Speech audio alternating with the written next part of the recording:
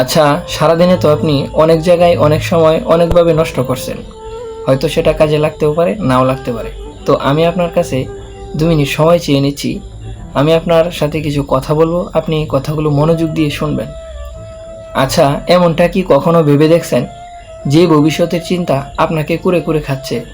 মানে যে ভবিষ্যতের চিন্তা করে আপনি মাথা ঘামাচ্ছেন, সেই ভবিষ্যৎটাই আপনার জীবনে নাই। মানে আপনি কি কথাটা বুঝতে পারছেন? আমি একটা উদাহরণ দিয়ে বলি।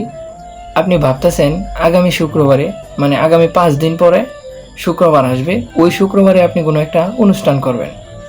তো ওই অনুষ্ঠানের জন্য আপনি অনেকগুলো টাকা জমাইতেছেন, অনেকভাবে অনুষ্ঠানটাকে ম্যানেজ করার জন্য আপনি অনেক পরিশ্রম করতেছেন। আপনি খাইতে পারতেছেন না ঠিকমতো এক জায়গায় বসতে পারতেছেন না, এরকম একটা আপনি পরিশ্রম করতেছেন। তো এরকমটা কি হতে পারে না যে আগামী 5 দিন পরে শুক্রবার, কিন্তু আমি 4 দিনের মাথায় এই দুনিয়াতে থাকবো না? তাহলে এই ভবিষ্যৎটা কি আপনার জীবনে আছে? 5 দিন পরের যে ভবিষ্যৎ আপনি যেটা নিয়ে ভাবতেছিলেন, ওই ভবিষ্যৎটা কি আপনার আমার জীবনে আছে? নাই। মানে এটা আমাদের অনিশ্চিত ভবিষ্যৎ। তো এখন আপনার মাথায় প্রশ্ন আসতে পারে যে তাহলে কি আমি আমার ভবিষ্যৎ নিয়ে ভাববো না? আমি কি আমার সন্তানদের ভবিষ্যৎ নিয়ে ভাববো না? আমি কি আমার আগামীকালকের দিন নিয়ে ভাববো না? তো আমি আপনার প্রশ্নগুলোর উত্তর এভাবে দেই যে আপনার এটা মনে রাখতে হবে, আপনার ভবিষ্যৎ দুইটা। একটা হলো অনিশ্চিত ভবিষ্যৎ, আর একটা হলো নিশ্চিত ভবিষ্যৎ।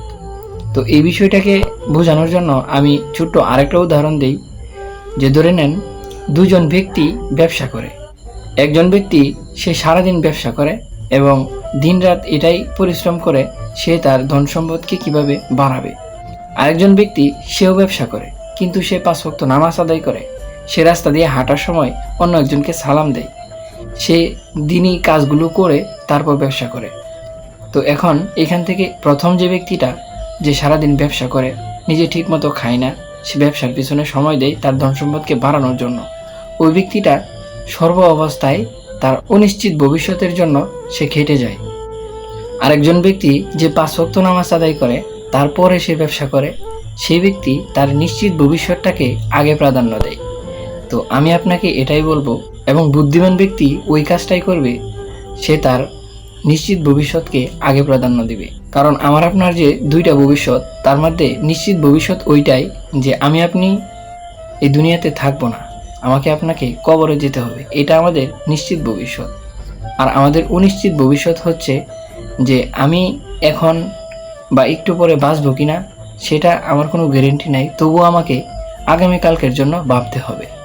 তো ওইটা নিয়েও আমাকে ভাবতে হবে, আমার নিশ্চিত ভবিষ্যৎ নিয়েও ভাবতে হবে, আমাকে অনিশ্চিত ভবিষ্যৎ নিয়েও ভাবতে হবে। তবে হ্যাঁ, আমাকে নিশ্চিত ভবিষ্যৎটাকে আগে প্রাধান্য দিতে হবে, তাহলে একজন মুসলমান সফল হবে। যদি আমার এই কয়েকটা কথা শুনে আপনার সময় নষ্ট হয়, তাহলে ক্ষমার দৃষ্টিতে দেখবেন। আর যদি আপনি এই কথাগুলো থেকে কিছু বুঝে থাকেন, তাহলে অবশ্যই কমেন্ট করে জানাবেন। ভালো থাকবেন। আসসালামু আলাইকুম।